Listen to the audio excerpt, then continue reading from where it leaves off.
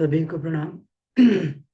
आइए गायत्री मंत्र के साथ में आज के विषय का शुभारंभ करते हुए परम पूज्य गुरुदेव वंदनीय माता जी और सभी ऋषि सत्ताओं से उनके संरक्षण की प्रार्थना करें। ओ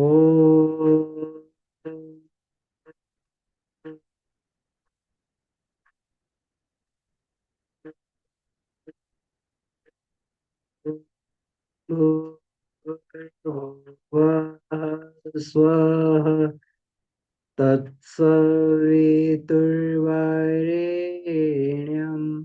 भर्गो देवस्य धीमहि धियो यो नः प्रचोदयात्। जी प्रणाम। तो ये आज का जो विषय है, ये हमारा तपश्चर्या से संबंधित विषय है। अभी जो अन्नमय कोश में तपश्चर्या से संबंधित जो हमारी पिछली ये कक्षाएं चली हैं, उनमें 9 प्रकार के तपों का चिंतन मनन हो चुका है, उस पर बातचीत हो चुकी है।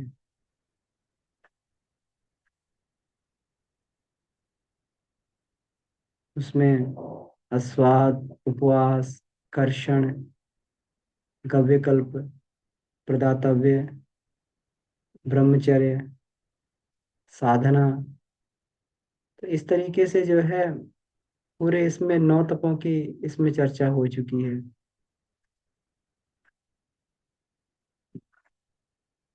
आज 3 तप और इसमें हम लोग चर्चा करने के लिए जा रहे हैं। इस प्रकार से 12 तपश्चर्याओं को, युगानुकूल तपश्चर्याओं को गुरुदेव ने अन्नमय कोश के अंतर्गत रखा है, क्योंकि अन्नमय कोश केवल स्थूल शरीर नहीं है, वो सूक्ष्म स्थूल शरीर को नियंत्रित करने वाली सूक्ष्म सत्ता है। तो केवल स्थूल प्रयोजनों से काम नहीं बनने वाला है वहां पर। केवल आसन से, उपवास से, इत्यादि से अकेला काम नहीं बनता। इसलिए तपश्चर्या का भी इसमें ये रखा गया, ताकि पिछले कुसंस्कारों को, पिछली कोई ग्रंथियां हैं, उनका निष्कासन उनको किया जा सके तपश्चर्या के माध्यम से। तो इस तरीके से 12 तपश्चर्याएं गुरुदेव ने बताई हैं। और इसमें ये कहते हैं कि जिस प्रकार से सूर्य की 12 रश्मियां होती हैं, उसी प्रकार से 12 प्रकार के तप होते हैं।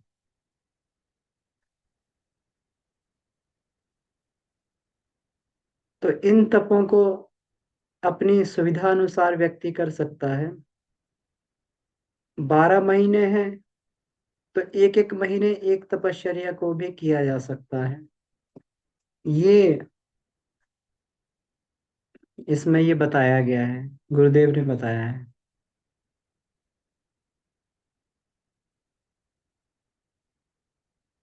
इनका अपने आप में विशिष्ट लाभ है। तपश्चर्या से मल विक्षेप तो जलते ही हैं, तपश्चर्या से दोहरा फायदा होता है। प्रारब्धवश अगर कोई कष्ट आ जाता है, कुसंस्कार इत्यादि परेशान करता है, उसके कारण कोई कष्ट आता है, प्रारब्ध के कारण कोई कष्ट आता है, तो उस समय मनुष्य दुखी होता है, व्यथित होता है। लेकिन अगर उसी को, उस कष्ट को स्वतः सहकर तपश्चर्या के माध्यम से कर लिया जाए, तो उसमें आंतरिक प्रसन्नता रहती है। कष्ट तो दोनों ही स्थिति में उठाना पड़ रहा है, लेकिन जब तपश्चर्या के माध्यम से किया जाता है, तो उससे प्रारब्ध भी जलकर नष्ट होता है, हल्का होता है, कुसंस्कार जल जाते हैं, और साथ में एक शक्ति भी प्राप्त होती है। आंतरिक शक्ति भी बढ़ती है, आत्मबल बढ़ता है और प्रसन्नता होती है। ये तप का जो है बड़ा सुंदर इसका प्रभाव है। तो आज जिन तपों की हम लोग बात करने के लिए जा रहे हैं उसमें चांद्रायण तप, मौन तप और अर्जन तप है।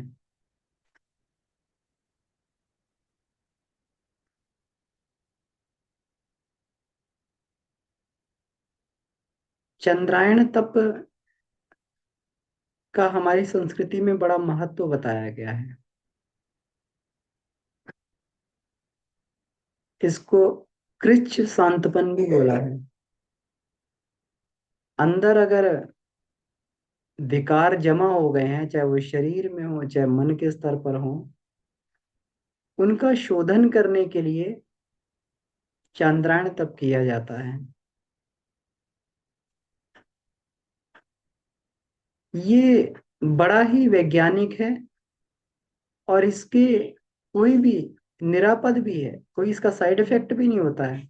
क्यों? क्योंकि इसमें भोजन की मात्रा धीरे धीरे घटाई जाती है और धीरे धीरे बढ़ाई जाती है। सामान्य सामान्य स्तर में क्या होता है कि जैसे हम लोगों ने 9 दिवसीय अनुष्ठान किया, अस्वाद करते रहे 9 दिन तक, अल्पाहारी रहे, और जिस दिन जो है पूर्णाहुति होती है अनुष्ठान की, उस दिन खूब प्रयास करते हैं कि 56 भोग ही खा लिए जाए, सारा का सारा सब कुछ खा लिया जाए, सबका स्वाद ले लिया जाए। यह प्रयास उस दिन जो है ये होता है। एकदम जब खुराक बढ़ती है, एकदम सारे स्वाद मिल जाते हैं, तो उससे शरीर को भी साइड इफेक्ट होते हैं और मन को भी साइड इफेक्ट होते हैं। शरीर में भी जो है परेशानियां आती हैं और मन में भी तुरंत वासना का संचार होता है। एकदम उपवास को एकदम तोड़ा जाए अत्यधिक गरिष्ठ भोजन से, और ऐसा होता है, जनरली सब लोग करते हैं। तो यहाँ पर धीरे धीरे खुराक को घटाया जाता है और धीरे धीरे खुराक को बढ़ाया जाता है चंद्रायण तप के अंदर, चंद्र की कला के हिसाब से। तो जिसमें पूर्णमासी में जितनी पूर्ण खुराक होती है उसका 16वां भाग प्रतिदिन उसको कम किया जाता है। जैसे हम 2 समय भोजन करते हैं, तो पहली बात तो भोजन को एक ही समय कर दिया जाता है, और एक समय करने के बाद में उसमें से भी जो हमारा एक समय का आहार है, एक समय हम जितना खाते हैं, अब इसमें ऐसा नहीं है कि एक समय हम 3 रोटी खाते हैं, 2 समय में 6 रोटी होती है, तो उसे 6 रोटी कर दिया जाए और 6 रोटी को घटा घटा के किया जाए। फिर एक समय में जितना आहार हम सहजता से लेते हैं उसी को लेना है और उसी को घटाते हुए चले जाना है। घटाते घटाते घटाते घटाते, और जिस प्रकार से कृष्ण पक्ष जो होता है एक एक कला घटती है, उस पर घटता जाएगा। और अमावस्या और प्रतिपदा को चंद्रमा बिल्कुल दिखाई नहीं देता उस समय, चंद्रमा बिल्कुल नहीं दिखाई देता, तो वो 2 दिन निराहार रहा जाता है, उस दिन जल उपवास किया जाता है। उस दिन जो है कुछ नींबू शहद वगैरह ये सब जो है, या फिर नींबू शहद दालचीनी का पानी उसमें ले लिया जाता है। इससे शरीर का शोधन होता है, 2 दिन निराहार रहा जाता है, शरीर का शोधन होता है इससे, जल उपवास। शरीर का शोधन होता है, फिर पुनः इसको, तो नींबू शहद और ये दालचीनी इसको मिक्स करके जब लेते हैं तो इससे एक फायदा होता है कि एकदम तुरंत जो प्रतिपदा के बाद में जो द्वितीया को तुरंत एकदम जो है आहार चालू किया जाता है, बहुत भूख लगती है, तो वो भूख उतनी जो है नहीं लगती, क्योंकि शरीर अंदर के विकारों को खा लेता है। शरीर को तो भोजन चाहिए। अब भोजन चाहिए और जितने परिमाण में भोजन कम होता जा रहा, तो ऐसा नहीं है कि अब भोजन उतने परिमाण में शरीर विकारों को खाने लगता है, क्योंकि उसकी तो भूख है उतनी। जितने ये कम होते जा रहे हैं, जितने हमारे ग्रास कम होते जा रहे हैं, उतने ग्रास वो जो है अंदर की जो टॉक्सिक जमा हो उसको गला के खत्म करने लगता है, उसको खाने लगता है, उसको ऊर्जा के रूप में बदल देता है। तो इस तरीके से हमारा ये टॉक्सिक भी खत्म होता है धीरे धीरे। और जो है इसमें मानसिक और शारीरिक दोनों स्तर पर इसका लाभ होता है। और फिर जो है धीरे धीरे द्वितीय से एक एक इसका षोडांश जो है 16वां भाग एक एक करके बढ़ाया जाता है, और फिर पूरे आहार तक पहुंच जाते हैं। अब उसमें जो है जिस मास में ये किया जाता है, सामान्यतः इसको जो करते हैं तो श्रावण मास में किया जाता है। अब श्रावण मास में ऐसा रहता है कि पानी जब बरसता है तो उस समय वातावरण में जो है बैक्टीरिया कीटाणु बहुत पैदा हो जाते हैं। तो ये एक ऐसा समय होता है जिस समय लोग बीमार भी बहुत ज्यादा पड़ते हैं। और दूसरा, इसमें फलों में सब्जियों में और उन सब में जो है बहुत सारे बैक्टीरिया जो है सब आने लगते हैं। तो उसको थोड़ा सा उसका सेवन कम कर दिया जाता है। कोई भी चीज उसमें एक चीज ली जा सकती है, उसको जो है क्वांटिटी घटाने बढ़ाने के ऊपर उसको रखते हैं। जैसे दाल है तो मूंग की दाल है, तो अगर लेना है तो एक ही चीज है। कुछ लोग लौकी की सब्जी लेते हैं, कुछ मूंग की दाल लेते हैं।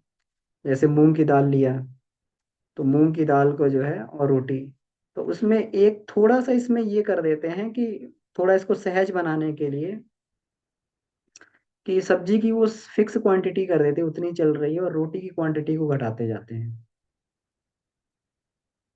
सब्जी की क्वांटिटी को फिक्स रखते हैं और रोटी क्वांटिटी को घटाते ही चले जाते हैं। अब लेकिन इसमें ये नहीं होना चाहिए कि रोटी घटती जा रही थी तो सब्जी का वो जो इतना बढ़ता जा रहा है, वॉल्यूम उसका बढ़ता जा रहा है, दाल का वॉल्यूम बढ़ता जा रहा है। एक ही चीज लेने का प्रयास करना चाहिए, उसी को कल्प बोलते हैं। गुरुदेव ने कई तरह के कल्पों का वर्णन किया है, एक ही चीज को उसको लिया जाए। अगर मूंग की दाल ले रहे हैं तो मूंग की दाल ही ली जाए, सब्जी ले रहे हैं तो सब्जी ली जाए, छाछ ले रहे हैं तो छाछ ही ली जाए। अब ऐसा नहीं है कि 4 दिन तो छाछ ले ली फिर सब्जी पे आ गए, फिर जो दूध पी लिया, तो ऐसे करके फिर दूध पे, तो ऐसे करके नहीं होना चाहिए। जब चंद्रायण पहली पहली बार शुरू किया था तो मूंग की दाल पे किया था, मूंग की दाल ली तो उसके साथ रोटी की क्वांटिटी बढ़ाते बढ़ाते उसको ले गए थे। मूंग की दाल, तो मूंग की दाल पे काफी की है। क्योंकि मूंग की दाल में ये होता है, एक तो उसमें पेस्टिसाइड्स दालों में जो है ये कम होते हैं। फर्टिलाइजर पेस्टिसाइड बहुत कम लगता है दालों में, ये मूंग की दाल इत्यादि में, दलहनी फसल में पेस्टिसाइड नहीं लगता है। क्योंकि उसमें फर्टिलाइजर भी लगता है, क्योंकि खुद ही जो है मूंग का जो पौधा होता है उसमें वो अपनी यूरिया की नाइट्रोजन की पूर्ति कर लेता है, उसमें राइजोबियम बैक्टीरिया होता है। तो बहुत फर्टिलाइजर की आवश्यकता भी नहीं पड़ती। उसमें बहुत सारे कीड़े मकोड़े बैक्टीरिया वो नहीं लगते हैं, तो इसलिए उसमें पेस्टिसाइड की आवश्यकता भी नहीं पड़ती है। तो ये ठीक होता है, लॉन्ग टर्म के प्रयोग के लिए अच्छा रहता है। तो इसमें इस तरीके से हम लोग जो है इसको ये कर लेते हैं। और बाकी समय में रसाहार वगैरह इसमें ले सकते हैं, जैसे सुबह शाम इत्यादि, तो रसाहार वगैरह ले लिया जाए। कभी कभी ज्यादा दिक्कत आती है तो एक आध फल वगैरह जो है सुबह उसको ग्रहण कर लेते हैं, लेकिन उससे ये नहीं कि इतना ना हो कि पेट को ठूस ठूस के भर लिया जाए उससे, फल से और दूध से। तो फिर उसका उद्देश्य पूरा नहीं होता है। उद्देश्य ये है कि अगर थोड़ा सा पेट खाली रहेगा तो आकाश तत्व तो बढ़ेगा, और साथ में जो है अंदर के टॉक्सिक खत्म होते जाएंगे, और प्रायश्चित भी होगा साथ में।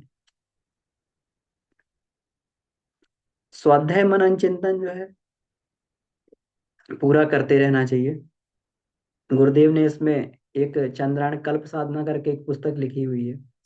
उस पुस्तक को पढ़ने, उसमें 3 तरह के योग दिए हुए हैं, 3 तरह के आसन दिए हुए हैं, 3 प्राणायाम दिए हुए हैं।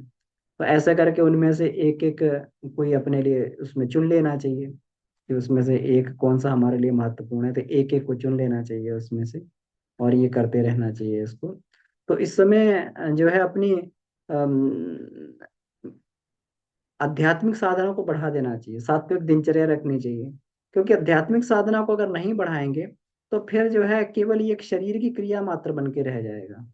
तो इसलिए, और गायत्री साधना है, तो गायत्री साधना मंत्र जप इत्यादि जो है, मंत्र जप चालीसा पाठ वगैरह है, इसमें अपना जो है लगे रहना चाहिए, उत्साहपूर्वक लगे रहना चाहिए। तो कुछ लोग जो है 1.25 लाख का अनुष्ठान इसमें करते हैं।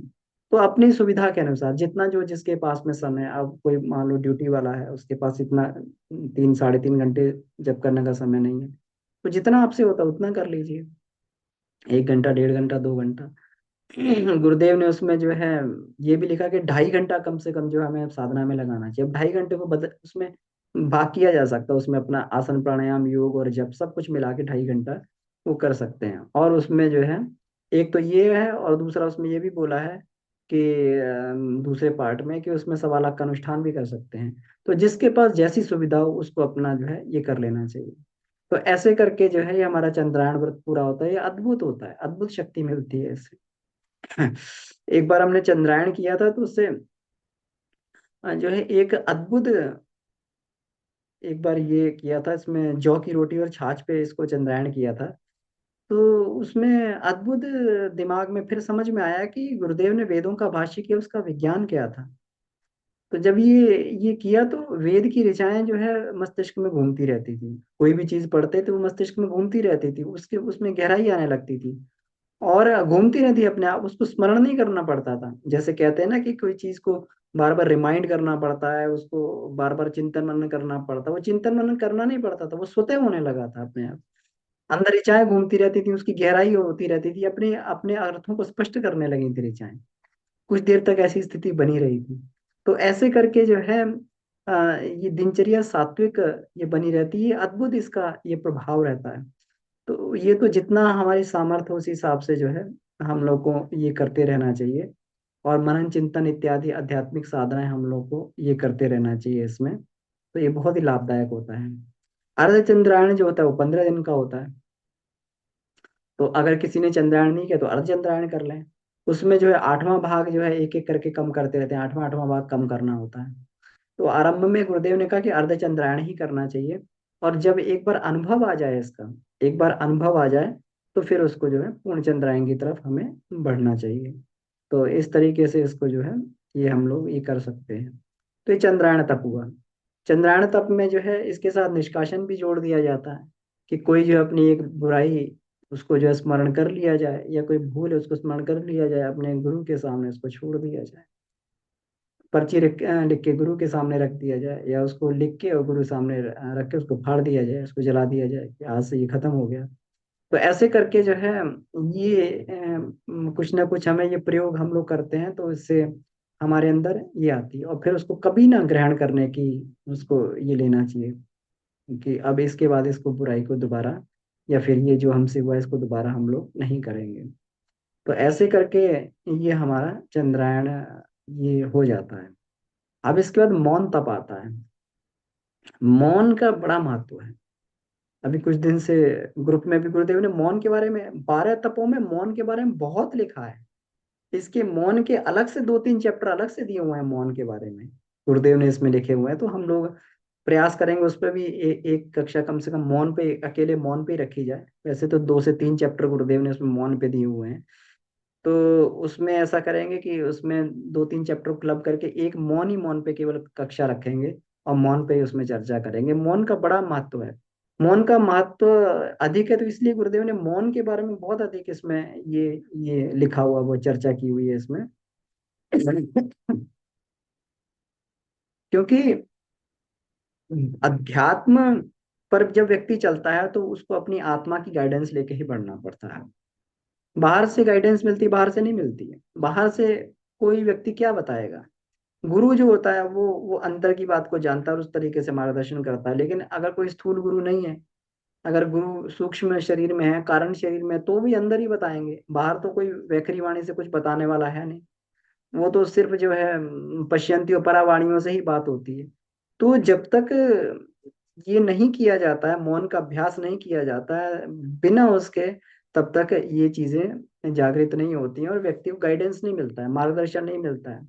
स्वाध्याय में जब तक जो है कोई मार्गदर्शन ऊपर से नहीं मिलता है परापश्यंती वाणियों से, तब तक व्यक्ति कितना पढ़ लेगा, कितनी चीजों को याद कर लेगा। हम लोग कहते हैं कि बाबूजी सारे क्वेश्चंस का आंसर देते हैं, जरूरी थोड़ी बाबूजी को सारे क्वेश्चंस का आंसर उन्होंने पढ़ रखे हैं या वो कर रखे हैं। उस समय जब स्वाध्याय के समय, मनन चिंतन के समय, जब परा और पश्यंती वाणियों से जब हम लोग जो है इस समष्टि मन से जुड़े आते हैं, समष्टि के संसार से जुड़े आते हैं, तो सारे समाधान अपने आप आने लगते हैं। कोई प्रश्न पूछता है, फटाफट जो समाधान आ जाता है। इतना खुद का याद किया हुआ इतना जल्दी नहीं आएगा जितना ऊपर से वो समाधान आने लगते हैं, और वो बड़े सटीक समाधान होते हैं। ये होता तभी है कि जब व्यक्ति मौन साधता है।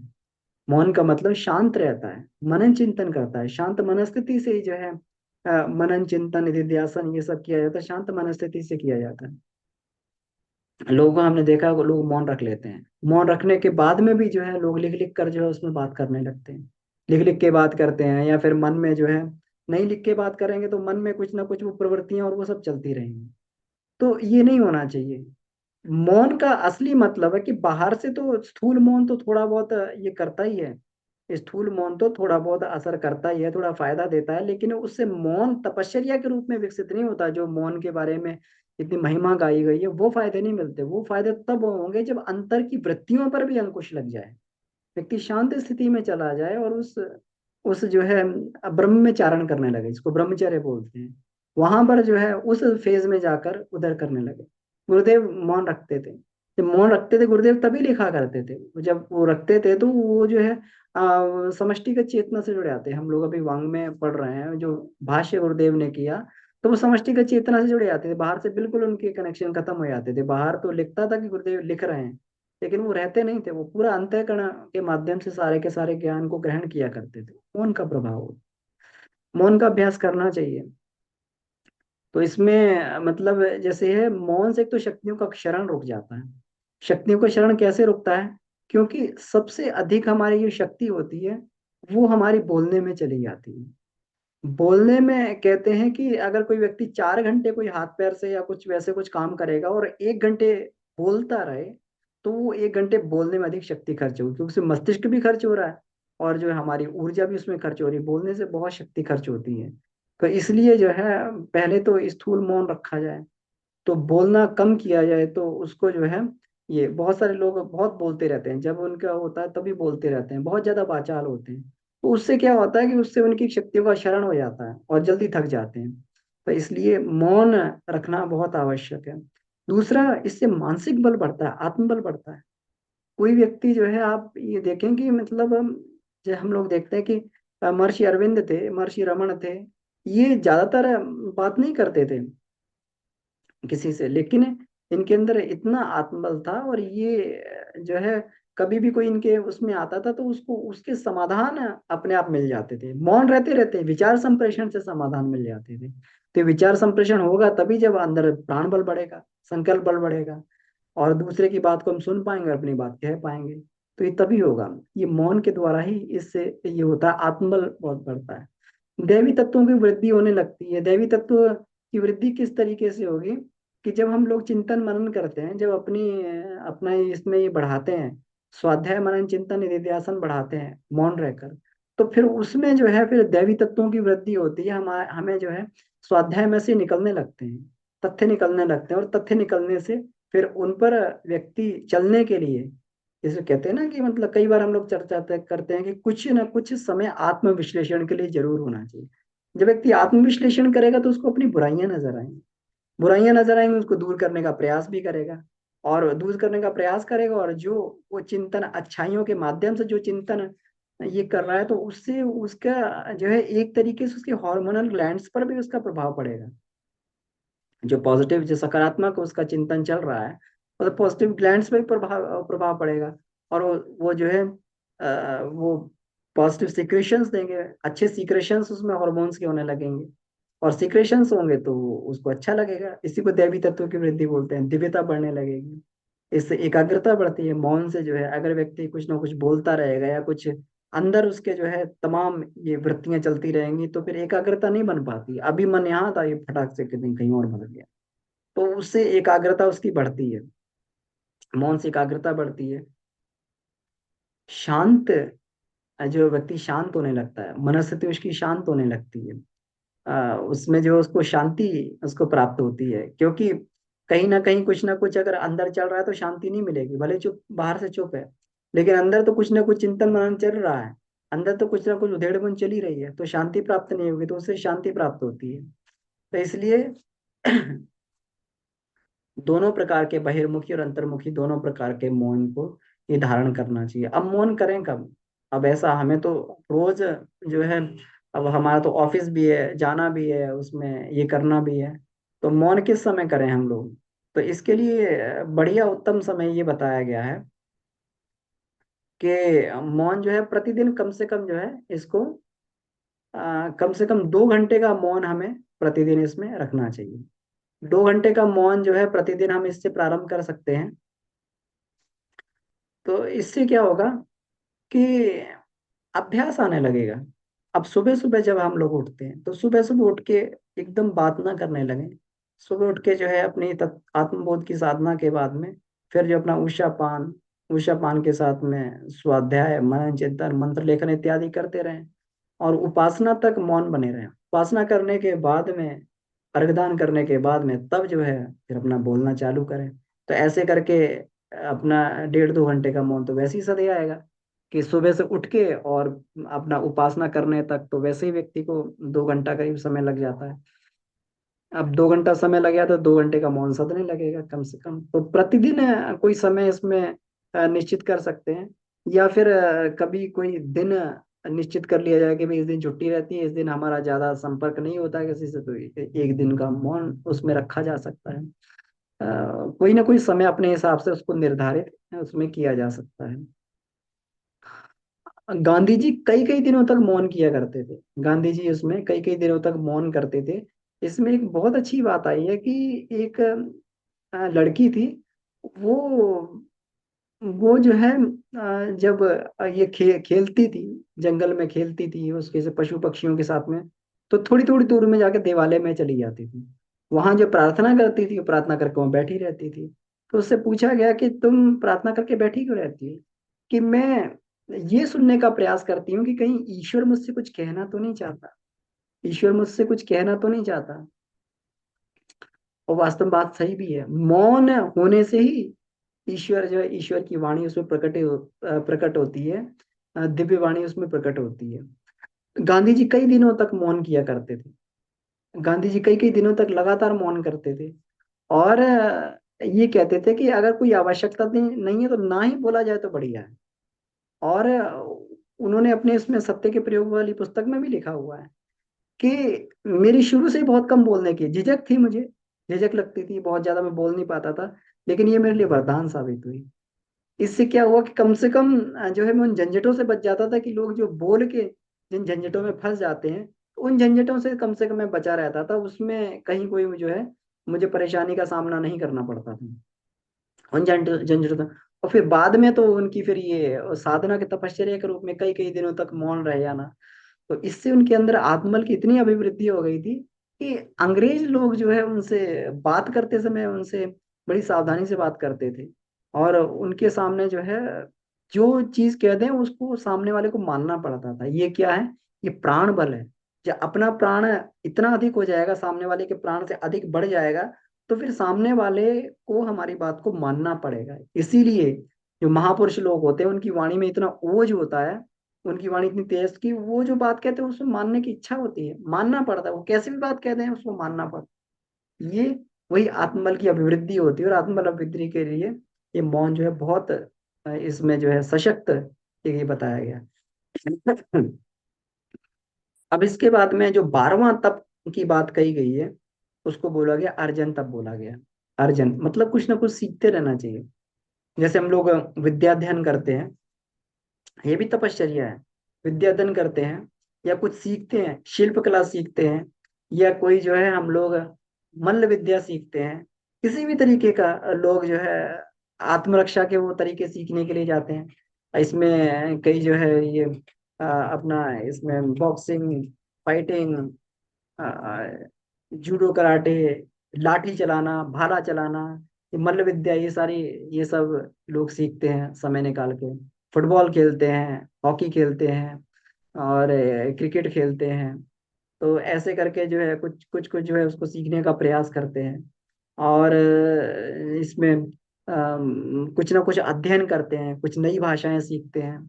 तो ये इनके बारे में जो अम,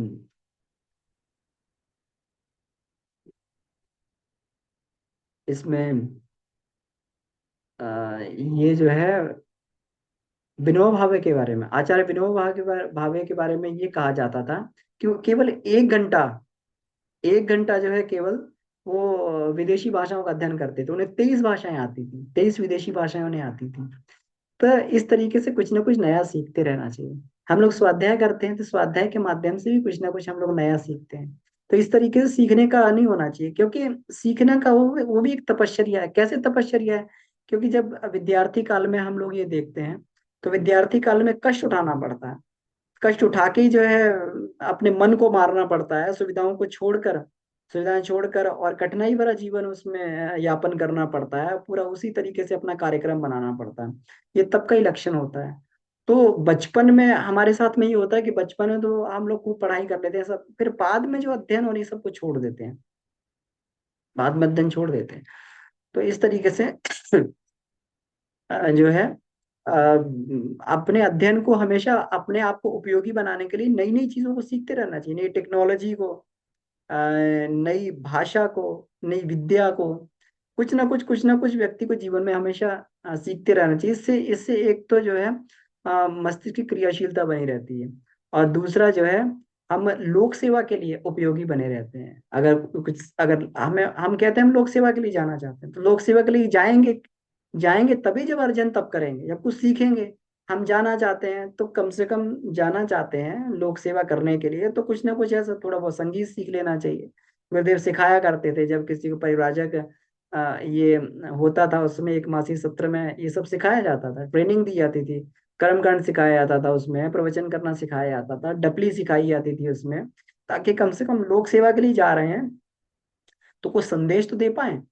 अब भले उसमें हमारी बात का कुछ वो ना, कम से कम प्रारंभिक रूप में प्रचारक बनने की बात थी, साधक बनने की बात तो अलग आती है। उसमें साधना करके और फिर जो है अपनी वाणी में ओज और तेज पैदा किया जाता है। लेकिन प्रचारक बनने के लिए भी तो हमें कम से कम ये चाहिए, कुछ ना कुछ हमें आना चाहिए, कर्मकांड करना आना चाहिए, कुछ ना कुछ हमें प्रवचन थोड़ा सा अपने उद्बोधन देना आना चाहिए, कुछ ना कुछ जो है हमें उसमें कुछ संगीत में थोड़ा बहुत जो डबली इत्यादि ये सब आना चाहिए। तो इसको सीखने के लिए कुछ ना कुछ अर्जन करते रहना चाहिए। अभी कुछ दिन ये था कि बांसुरी सीखने का बड़ा मन कर रहा था, तो अपने से ही बांसुरी सीखना प्रारंभ किया। तो थोड़ा थोड़ा जो है उससे बांसुरी में फूंक कैसे मारते हैं और कैसे बजाते हैं सारे गामा, और वो कैसे बजाते हैं, तो थोड़ा थोड़ा हम लोग को थोड़ा थोड़ा अभ्यास, कुछ ना कुछ ये वाद्य यंत्र सीखने के लिए, हारमोनियम हो गया, डपली हो गई, ढोलक हो गया, वाद्य यंत्र कोई हो गया, संगीत हो गया, सरगम हो गई, और अलग अलग तरीके से जो है हमें अपनी ये अर्जन करते रहना चाहिए। तो इससे क्या है कि लोक सेवा के लिए अगर हम कुछ करना चाहते हैं तो कुछ ना कुछ हमें उपयोगिता इससे हमारी बढ़ती रहती है। स्वाध्याय हम प्रतिदिन करते हैं, रोज पढ़ना चाहिए। जैसे अभी हम लोग शाम का स्वाध्याय करते हैं, तो शाम के स्वाध्याय में जो है ये जो विषय होते हैं, तो उन विषयों को पहले ही प्रयास किया जाता है, पहले ग्रुप में डाल दिया जाए। तो उसमें हमें उसको ऐसा नहीं कि जिस दिन हमारी क्लास है उसी दिन बस उसको पढ़ने के लिए बैठे। ये अच्छी बात, सही बात है कि सब लोग व्यस्त रहते हैं, समय नहीं किसी के पास में। लेकिन थोड़ा थोड़ा हम चैप्टर पे पढ़ के अगर पूरा जो है चिंतन मनन उस पे करते रहें और उस पे अपना ये निकालते रहें, तो जब हम लोग क्लास में बैठेंगे, जब उसका प्रेजेंट करेंगे, तो उससे सामने वाले को बहुत लाभ होगा। क्योंकि हर कोई व्यक्ति जो है उतना, उसको इतना समय नहीं मिलता है।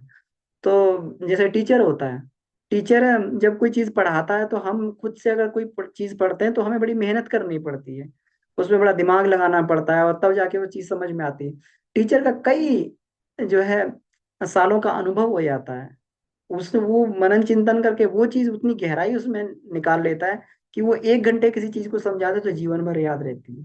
तो इसी तरीके से क्योंकि हम लोग सब टीचर बनने की दिशा में हैं, तो कोई भी किसी भी चीज को प्रतिदिन थोड़ा सा को पढ़ के मनन चिंतन करते रहें, और जब उसको प्रेजेंट करने के लिए जाएं तो उसको जो है उस तरीके से हम प्रेजेंट कर पाए।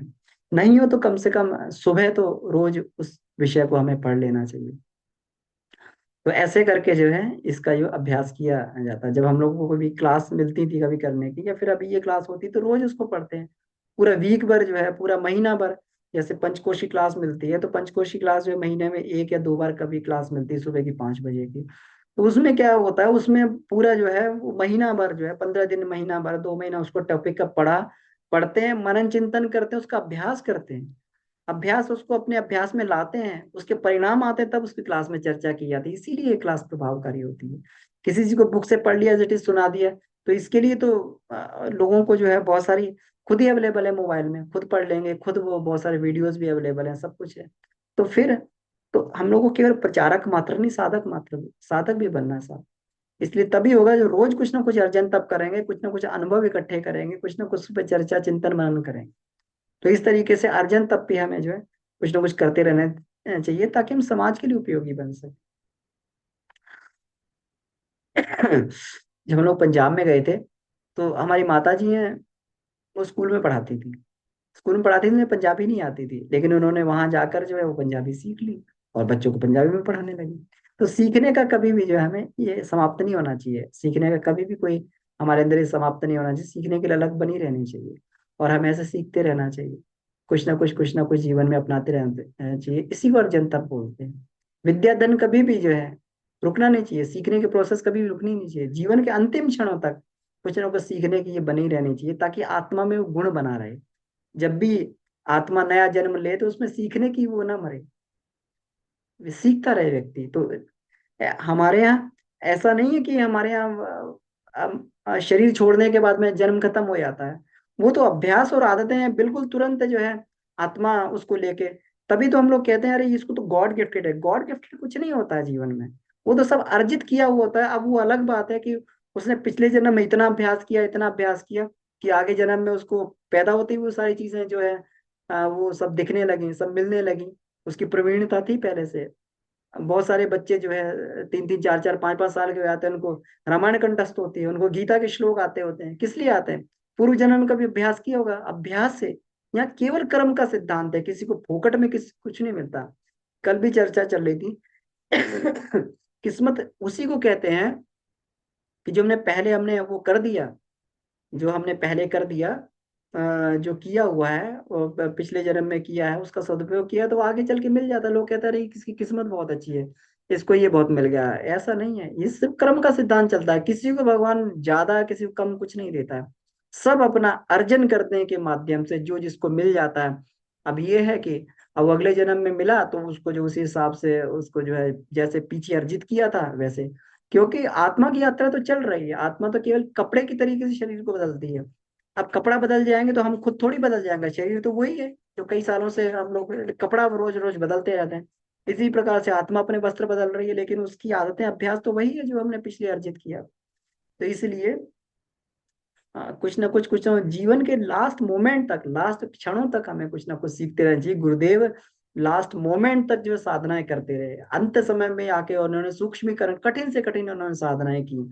अंत समय में, एंड समय में आके उन्होंने जो है सूक्ष्मीकरण की साधना की, और लास्ट मोमेंट तक जो है पूरा वो करते रहे और सीखते रहे, कुछ ना कुछ जो है देते रहे। प्रज्ञोपनिषद जो है गुरुदेव पूरा का पूरा कहते हैं कि एक बार गुरुदेव ने कहा कि मैं बीमार पड़ गया हूँ, और 4 दिन तक जो है कमरे में बंद रहे, और पूरा का पूरा आगे लाके प्रज्ञा उपनिषद उठा के दे दिया कि अब ये देखो ये सारी श्लोकों की रचना हो गई है। अब इसमें जो है टीका जोड़ के इसमें टीका भी लिख दिया, अब इसमें कहानियां जोड़ लो और फिर इसको प्रज्ञा पुराण बना दो।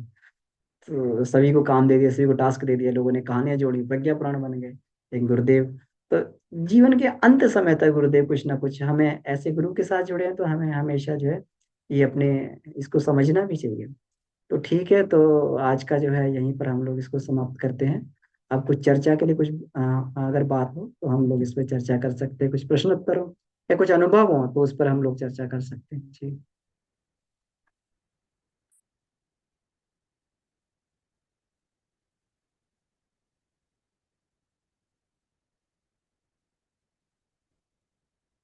बहुत सुंदर है, इसमें चंद्रकला देवी का आया है कि 40 दिन के लिए इन्होंने जो है गऊ दही की लस्सी के साथ में किया था। तो ये अच्छी बात है, इसको इससे गव्य कल्प भी हो जाता है। गाय के उससे कर रहे हैं तो गव्य कल्प भी एक तप है। तो इससे जो है इससे बोलते हैं कि आत्मशुद्धि के लिए बहुत अच्छा रहता है ये बहुत बढ़िया है। तो अब इसमें कोई अनुभव हो 12 तपों से संबंधित, तो अपने अनुभवों को बता सकते हैं, या कोई प्रश्न हो तो प्रश्नों पर भी हम लोग चर्चा कर सकते हैं। भाई साहब प्रणाम। वैसे प्रणाम। जी। भाई साहब जैसे अभी आप कह रहे थे कि आत्मा की यात्रा ये चलती रहती है और बढ़ती रहती है, तो भाई साहब मेरा ये जानना है कि जो है जैसे हमारी जागृति अभी बनी रहती है, लेकिन जैसे हम देखते हैं कि मान लीजिए नेक्स्ट जन्म में जो है बच्चे को और उसको जो है इतनी जागृति नहीं रहती। अब देखिए जैसे हमारे बाबूजी भी हैं तो वो बड़ी दिव्य आत्मा पिछले जन्म में रही हैं, लेकिन उनसे भी इतना बना है कि जो है वे मतलब मांस मदिरा और उस वातावरण में रह के मतलब वो सब कुछ मतलब याद नहीं आया। तो ये कहाँ तक मतलब इस वे भी बताते हैं कि हम भी बहुत जब थे तो बचपन में बड़े वैभाचारी किस्म के थे। तो ये जो है जागृति मतलब किसी किसी की तो देखी जाती है कि बचपन से ही है, लेकिन मतलब ये जागृति मतलब कहाँ पे कैसे मतलब उसको जो है समझा जाए कि हाँ अब निश्चित हो चुकी है। थोड़ा इस पर हाँ प्रकाश डालिए इसमें। बिल्कुल। हम लोग इसको ये देखें कि मान लीजिए कभी किसी उसमें जो है अगर आत्मा को उस परिवार में जन्म लेना पड़ रहा है ना, तो अभ्यासवश जो है उन्हें वो करना पड़ता है, अभ्यासवश करना पड़ता है। लेकिन जो आत्मा होती है वो अपने गुणों को अपने साथ में लेके चलती है। भले ही उस समय उसके गुण ना उजागर हो पाए, लेकिन थोड़ा सा भी वातावरण मिलने से तुरंत प्रस्फुटित हो जाते हैं। तो जो साधारण व्यक्ति को जितनी ये करनी पड़ेगी, उतना उनको प्रयास नहीं करना पड़ता। जो पिछली समय से उन्नत आत्मा है, ठीक है, उन्होंने भक्ष्य भक्ष भी खाया होगा और सारी चीजें थी उनमें, कोई उनका वातावरण का प्रभाव रहा होगा, परिवार का प्रभाव रहा होगा, जैसे परिवार में जन्म लिए। लेकिन फिर तो उन्होंने कहा 28 वर्ष से मैंने सब कुछ छोड़ दिया और एकदम संकल्प ले लिया, और 15 वर्ष तक जो है ब्रह्मचर्य रसवाद का पालन किया, है ना। तो ये कोई जी इसी तरीके से थोड़ी कर लेगा। कुछ ना कुछ तो पूर्व जन्मों के तपश्चर्या के अभ्यास होंगे तभी तो कर पाए, नहीं तो जी इतना लंबा व्रत कोई व्यक्ति कैसे ले लेगा। तो जी आत्मा में सारी चीजें रहती हैं, और आत्मा जो है सही समय आने पर उसको जो खोल भी देती है। और फिर हाँ प्रगति भी कितनी जल्दी हुई उनकी। जो चीज जो है व्यक्ति को सालों साल प्रयास करके मिलते हैं, उनको 5 वर्ष में 10 वर्ष में मिल गई, है ना। जी प्रगति भी कितनी जल्दी हो गई उनकी। तो इसलिए कोई भी चीज जो है कहीं ऐसा हो सकता है कि थोड़ा सा उस पर किसी उस पर जो है समयवश और वो जो है थोड़ा सा उस पर परत जम गई हो, लेकिन वो तो राख का ढेर हटाएंगे तुरंत जो उसमें से अग्नि फूट के निकल पड़ेगी। जी अब भाई जिसमें साहब। अग्नि होगी नहीं उसको अग्नि प्रज्वलित करने के लिए कितना प्रयास करना पड़ेगा। जो पहले से अग्नि दबी पड़ी है, तो उसमें थोड़ा सा जैसे ही जो है वो अग्नि हटेगी तुरंत प्रकट हो जाएगी।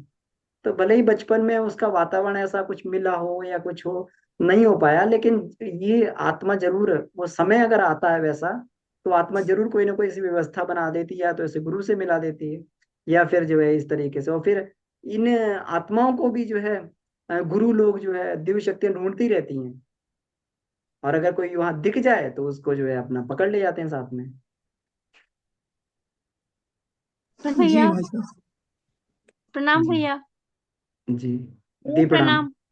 प्रणाम दी। वो मैं भी 40 दिन का करी थी। एक टाइम खाना लेती थी और एक टाइम जैसे दूध पी लेती थी रात को।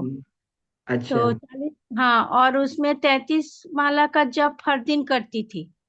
जी तो जी जी। स्वतः ही आप कुछ समय के लिए अपना, ऐसे भी अपना जो हर दिन का दिनचर्या रहता है मेरा, सुबह का 1.5 घंटा सोचिए आपका वो ध्यान में जाता है, फिर आपका आसन और प्राणायाम में जाता है, फिर पूजा और उसमें जाता है। तो वैसे भी जो आपने कहा ना, 2.5 घंटा सच में लग जाता है वो करने के लिए, प्रतिदिन हो जाता है।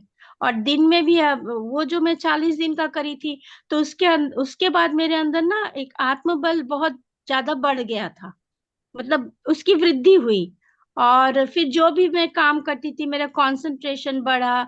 कुछ भी काम मैं करती थी तो उसको बहुत अच्छे ढंग से कर पाती थी, और वो भी जो भी मैं सोचती थी कि नहीं आज मैं ये काम पूरा करूंगी, तो एक के बाद वो ना एकदम, क्या बोलते हैं, सिंक्रोनाइज्ड होके वो हो जाती थी। और अभी फिलहाल तो मैं गई थी आपका टिहरी में मौन साधना के लिए।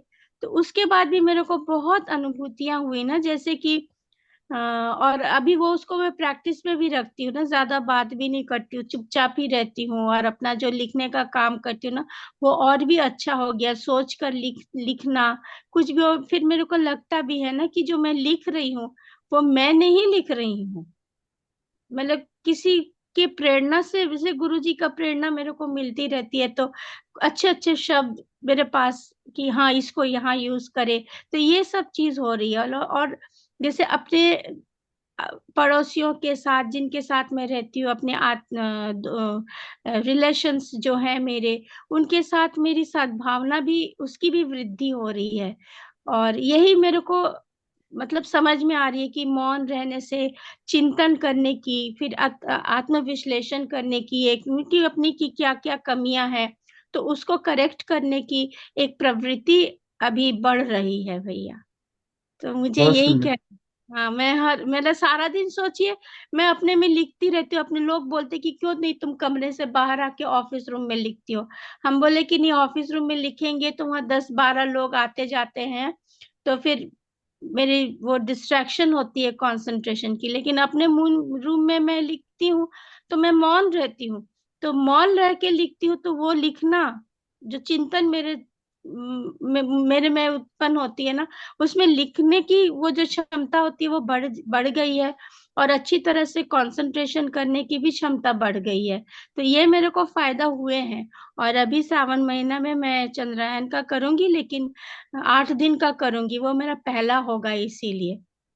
तो वो भी मैं सोच रही हूँ कि वे एक टाइम, ये मतलब जैसे आपने कहा ना कि जौ की रोटी और दाल, तो उसी पर ही करूंगी इस बार। 8 दिन का करूंगी, फिर उसके बाद अगले श्रावण में फिर 30 दिन का करूंगी। इस तरह से अपने इसको, इन तपों को बढ़ाने की कोशिश कर रही हूँ भैया। प्रणाम भैया। यही बिल्कुल दी, बोल। बहुत सुंदर। और हमें बढ़ाते रहना चाहिए। जी। तपश्चर्या को बढ़ाते रहना चाहिए, और इसके परिणाम तो आपने खुद ही देख लिए हैं। ये तो करके अनुभव किए जा सकते हैं। जी, करके ये आ, अनुभूति करके हुई है। हाँ, करके ही इसको, जैसे आपने किया और आपको अनुभव हुआ। जी तो भैया। जैसे बाकी लोग भी इस समूह में जुड़े हुए हैं, तो शर्मिला दीदी जो जो लिखने का काम बता रही हैं, ये बड़ा महत्वपूर्ण काम कर रही हैं। ये गुरुदेव के साहित्य को बंगला में इसका अनुवाद कर रही हैं। तो ये जी बड़ी भैया। अद्भुत है।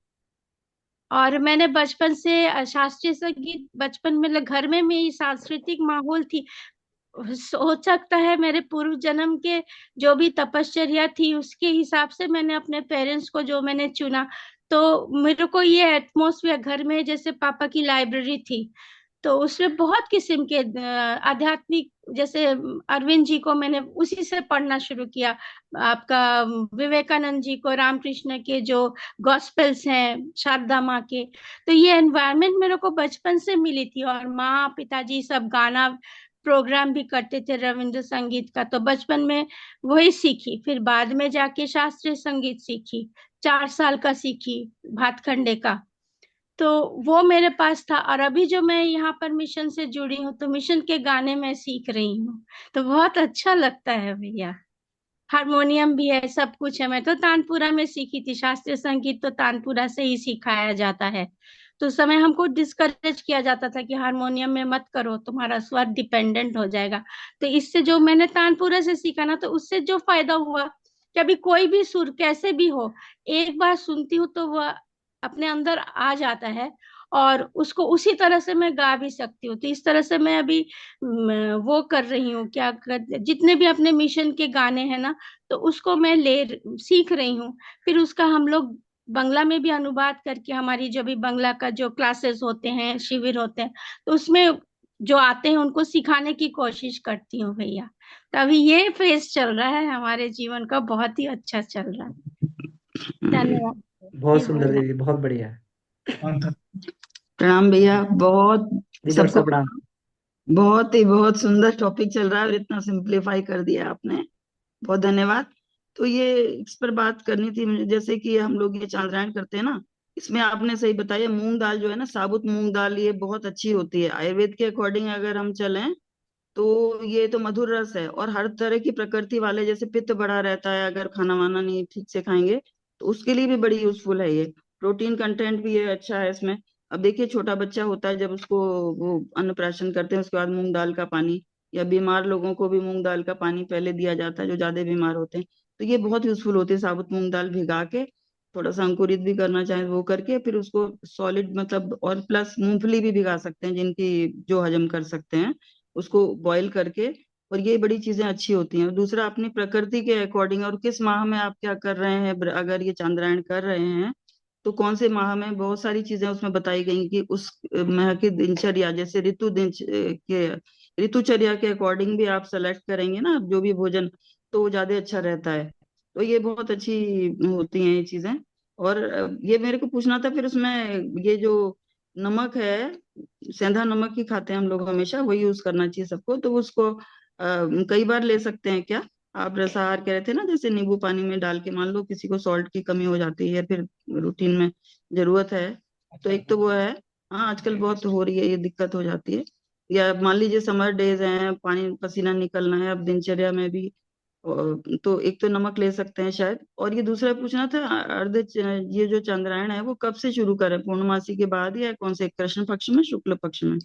वैसे ये आश्रम में बेस्ट होते हैं ये सब चीजें, अगर वहां पे आपको समय भी मिलेगा, माहौल भी मिलेगा, वहां का वातावरण हो गया, वहां के वाइब्रेशंस, तो ये बहुत अच्छा फलित होता है। दूसरा एक बात बताइएगा, मौन तो बहुत ही इतना बड़ा टॉपिक है, और फिर से आप 2-3 क्लास लीजिएगा उसके जो कई तरह के लाभ हैं। ये मोबाइल का मौन कैसे रखा जाए आज के समय। तीसरा, ये अर्जन तप जो है ना, ये बहुत बहुत इंपॉर्टेंट है, क्योंकि आत्मा संस्कार लेके जाती है। आपने बताया ही, अभी ये शर्मिला बहन जी का भी पूर्व जन्म के संस्कार आ रहे हैं, उसी के अकॉर्डिंग सब कुछ उनको मिला है, और वही आगे चल रहा है। ऐसे ही होता है, जो ज्ञान पिपासु टाइप के लोग होते हैं ना, वही सब इसको करते रहते हैं। गुरुदेव ने हमें भी ऐसे बनाया। तो कुछ ना कुछ सीखते रहने से, मॉडर्न साइंस भी इस बात को अभी स्वीकार रहा है कि हमारा ब्रेन एक्टिव रहता है, क्रियाशील रहता है, मेमोरी अच्छी होती है, ब्रेन के सेल्स रिजेनरेट होते हैं, न्यूरॉन्स जो है फिर मल्टीप्लाई होते जाते हैं। तो इसलिए लर्निंग लर्निंग करते रहना चाहिए। उसके लिए उन्होंने कई तरह के आजकल क्या है, कई तरह के वो क्विज विज भी खेलते हैं लोग, तो मतलब ब्रेन को एक्टिव रखने के लिए ये बहुत जरूरी है। और दूसरा, लोकोपयोगी चीजें हमें तो गुरुदेव ने ये काम में लगाए। लोकोपयोगी विद्याएं आजकल तो कितना इजी है, मोबाइल पर, गूगल पर, कुछ ना कुछ सीखते रहना चाहिए, ज्ञान का अर्जन करिए, बांटिए, और उसको अगले जन्म में ले जाइए, मतलब डबल फायदा है। और तत्कालीन फायदा तो होता ही है, आपने कोई विद्या सीखी है, उससे आपको किसी को लाभ मिल रहा है, तो आपको अंदर से जो खुशी मिलेगी, तात्कालिक लाभ, आत्मसंतोष मिलेगा उसके। अभी तो मॉडर्न साइंस को कि उसमें कौन कौन से पॉजिटिव हार्मोन सीक्रेट होते हैं, और क्या क्या उससे इम्यूनिटी बढ़ती है, ये सब बड़ी चीजें आ गई हैं जिस पर बहुत सारी रिसर्च हो रही हैं। तो ये सब करते रहना चाहिए। गुरुदेव ने हमें, कि हम लोगों ने तो अपना मॉडर्न साइंस से पढ़ाई, लेकिन उन्होंने लगाए रखा कि अब आप ये करो, होलिस्टिक हेल्थ पे पढ़ाई करो, उसमें 5-6 विद्याएं सिखाई सारा। फिर उसको आगे आप डिटेल में पढ़ो, रोज कुछ ना कुछ पढ़ते सीखते रहना बहुत जरूरी है। और उसको बांटते रहना, मतलब जन कल्याण के लिए बांटने में तो बहुत ही ज्यादा फायदा है। तो इस पर सबको लगे रहना चाहिए, कुछ ना कुछ, कुछ ना कुछ। तो बहुत बढ़िया क्लास हुई है। तो और कुछ, अभी मैंने कहीं पे पढ़ा था, 87 ईयर्स की, फॉरेन में कोई लेडी ने 87 ईयर्स की यूनिवर्सिटी में एडमिशन लिया। हम लोगों ने भी, डॉक्टर साहब ने रिटायरमेंट के बाद 60 साल के बाद डीएसवीबी में एडमिशन लिया, हम लोगों ने होलिस्टिक हेल्थ पर पढ़ाई शुरू करी, जिसमें योगा, आयुर्वेद, नेचुरोपैथी, प्राणिक, ये सारी चीजें होती हैं। फिर उनको डिटेल पढ़ो। अभी भी हम लोग कोई ना कोई कोर्स करते ही रहते हैं, मतलब गुरुदेव ने ऐसी कृपा है कि वो अगले जन्म में भी काम आएंगी, और इस जन्म में तो हमारे भी काम आएंगी, दूसरों के भी, तो मतलब डबल डबल ट्रिपल फायदा है। सबको प्रणाम, धन्यवाद। जी डॉक्टर साहब, बहुत बहुत धन्यवाद आपका। तो आपने जो ये कहा था कि चंद्रायण में, तो अपनी सुविधा अनुसार उसको देखना चाहिए। जैसे शुरू में हमने जो ये किया था मूंग की दाल से, वो नमक लेते थे उसमें साथ में, और कुछ नहीं लेते थे, केवल उसको उबाल के उसमें नमक डाल देते थे। उसको अलग से छौंका छाकी नहीं होती थी उसमें, अलग से उसमें उबाल लिया, उसमें नमक जो है उसमें, तो सेंधा नमक। फिर धीरे धीरे करके, जैसे गुरुदेव ने बोला है कि इसमें थोड़ी कड़ाई बरतनी चाहिए, तो फिर उसमें जो है, फिर हमने नमक भी उसको छोड़ दिया उसमें, और बिना नमक के ही जो है उसको लेना प्रारंभ कर दिया। तो ऐसे करके जो है ये किया, लेकिन अपनी सुविधा अनुसार, अपने शरीर की बनावट के अनुसार हमें देख लेना चाहिए कि हम कितना उठा सकते हैं, लोड ले सकते हैं, तो उसी हिसाब से काम करना चाहिए। तो अगर उसमें लग रहा है कि एक बार से अधिक नमक लेना है, तो उसमें उसको देख लिया जाए। और अगर ये भी हो रहा है कि उसको कम में भी काम चल चल सकता है, छोड़ के भी चल सकता है, तो उसका भी अभ्यास करना चाहिए। ये अपनी स्थिति के अनुसार ही ये किया जा सकता है। दूसरा, आपने ये कहा कि तीर्थ में, तो तीर्थ में बहुत अच्छा चंद्रायण होता है। अगर मौका मिले किन्हीं को, तो आंवल खेड़ा में चंद्रायण साधना, ये श्रावण मास में हर बार होती है। तो जैसे आप सेवानिवृत्त हैं और आपको समय भी है, तो आप चंद्रायणी साधना एक बार वहां पे भी, मेरा भी बहुत मन था, लेकिन मैं अभी कुछ काम के वश जो है वहां पर पहुंच नहीं पाया, तो इसलिए। लेकिन तीर्थ में रह के वहां पर जो है चंद्रायण साधना, पहले तो वहां पर गोबर से निकली हुई जौ की रोटी मिलती थी, तो वो अब लेकिन उतना नहीं है, लेकिन फिर भी वहाँ पे बहुत लाभ है। और मोबाइल के साथ में मौन कैसे रहा जाए, तो मोबाइल को बार बार देखने की आदत नहीं रखनी चाहिए। जो मैं मोबाइल में जो है ये नोटिफिकेशन बार बार आते हैं व्हाट्सएप के, ये सारे नोटिफिकेशन ऑफ कर देने चाहिए। अब हम लोग ये देखें कि पहले क्या होता था, पहले उस समय कुछ नहीं होता था, फोन भी नहीं होते थे, तो व्यक्ति कैसे वो होता था। अब तो एक आदत का अभ्यास बना लिया कि नहीं, 5 5 मिनट 10 10 मिनट में हमें मोबाइल देखना ही देखना है। तो सारे नोटिफिकेशन भी अगर बजते रहेंगे तब भी ध्यान जाएगा, तो नोटिफिकेशन ऑफ कर देने चाहिए। और 1 2 घंटे में 3 घंटे में कभी जो उठा के देख लिया, फिर उसका जो उसी प्रकार से रिप्लाई, उसको जो उसी हिसाब से वो कर देना चाहिए अगर कोई आवश्यकता हो तो इस तरीके से कम 1.5 2 घंटे तक तो बिना मोबाइल के रहा ही जा सकता है, तो इतने में अपना पर्पस दे जाता है। और इस तरीके से जो है हम लोग ये इसको अभ्यास जो है धीरे धीरे इसका ये बना सकते हैं। बाकी जैसे गुरुदेव हम लोग को दिशा धारा भी देते रहते हैं, तो उस हिसाब से हम लोग ये आगे बढ़ सकते हैं जी। और ये भैया आपने एक चीज और पूछी थी जी दीदी, एक चीज और पूछी थी डॉक्टर साहब ने कि इसको कब से करना चाहिए। तो उसको कृष्ण पक्ष में ही प्रारंभ किया जाता है, तो पूर्णिमा से लेकर जब चंद्र की कला घटती है तो भोजन को घटाया जाता है। तो इस तरीके से इसको कृष्ण पक्ष में ही हम लोग चालू करते हैं और शुक्ल पक्ष में होते होते ये पूरा हो जाता है। हाँ, ठीक है, भैया बहुत बहुत धन्यवाद। हाँ बताएंगे सर। हाँ, एक पॉइंट मैंने बस ऐड करना है कि जी ये तो ठीक है, हम लोग खाने पे इस तरह धीरे धीरे घटा रहे हैं, धीरे धीरे बढ़ा रहे हैं। मेरा थोड़ा सा इसमें ऐड करने का मन ये कर रहा है कि इलेक्ट्रोलाइट्स का जहां तक सवाल है, सॉल्ट खास तौर पर सॉल्ट का, इसका आजकल बड़ा इसके बारे में बहुत ज्यादा चर्चाएं हो रही हैं, और बहुत सारी स्टडीज भी हो रही हैं। तो मुझे ये लगता है कि सेंधा नमक वगैरह का इस्तेमाल जो है नींबू वगैरह के साथ में बीच बीच में करते रहना चाहिए। आप खाने पर जरूर अपना कीजिए, वो तो ठीक है, आपकी बॉडी ले लेगी। हो सकता है सॉल्ट की, इलेक्ट्रोलाइट्स एंड सॉल्ट्स का जहां तक सवाल है, मिनरल्स का जहां तक सवाल है, वो बॉडी में शायद उतने नहीं हो। बाकी तो जैसा आप कह रहे हैं, सौभाग्य है आपकी कक्षाएं अटेंड कर रहे हैं, और हम बाबूजी की क्लासेस अटेंड कर रहे हैं, बहुत कुछ सीखने को अब तो अभी कहीं भी नहीं है। मैं तो समझता हूँ कि हम लोगों का बहुत बड़ा सौभाग्य है। धन्यवाद, और लोग भी चर्चा कर रहे हैं, चाह रहे हैं। धन्यवाद, प्रणाम भाई साहब। जी जी, इसमें एक समाधान और बताया बाबूजी ने कि अगर मान लीजिए आप स्वाद व्रत कर रहे हैं तो जीभ पे नमक नहीं जाना चाहिए। तो उसमें ये कहते हैं कि कुछ नहीं तो कैप्सूल में नमक भर के खा लो, तो बॉडी को तो मिल जाएगा उससे। तो ऐसे करके अपने अपने समाधान अपने हिसाब से जो है गाइडेंस मिलती रहती है, और इस हिसाब से हम लोग ये करते रहते हैं जी। जी दीदी। हाँ, मैं वो पूछना चाहती थी, जैसे कि आप हम अभी सेंधा नमक में ही करती हूँ अपना, मतलब खाना बनाती हूँ। लेकिन हफ्ते में 3 दिन जो अस्वाद रहता है उसमें कोई नमक नहीं रहता है, बिना नमक का ही होता है। और एक टाइम खाती हूँ और एक टाइम आपका दूध का लिक्विड का रहता है। तो ये ठीक है तो हाँ बढ़िया है अभी। दीदी, बहुत अच्छा हाँ, है। और ये जो अवल केरा की बात आप कह रहे थे ना, वो सावन महीना में होता है। जी जी, श्रावण महीने में होता है।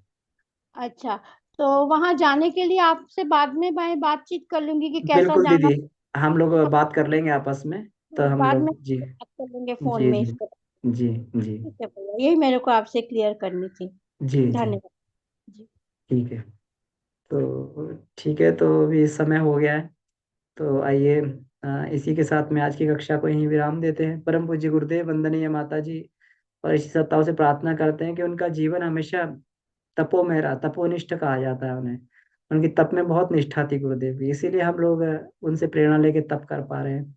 हम अपने जीवन में ऐसे ही तपश्चर्यामय जीवन जीते हुए हम लोग जीवन में ऐसे बढ़ते रहें। ऐसी भाव भरी प्रार्थना के साथ में आइए उनको धन्यवाद देते हुए आज की कक्षा को ही समाप्त करते हैं। आप सभी का बहुत बहुत धन्यवाद, आभार। शांति पाठ करते हैं। ओ शांति शांति शांति। समाप्त। सभी को प्रणाम, धन्यवाद। सभी को प्रणाम भैया। प्रणाम। प्रणाम भैया, प्रणाम, सभी को प्रणाम। सभी को प्रणाम।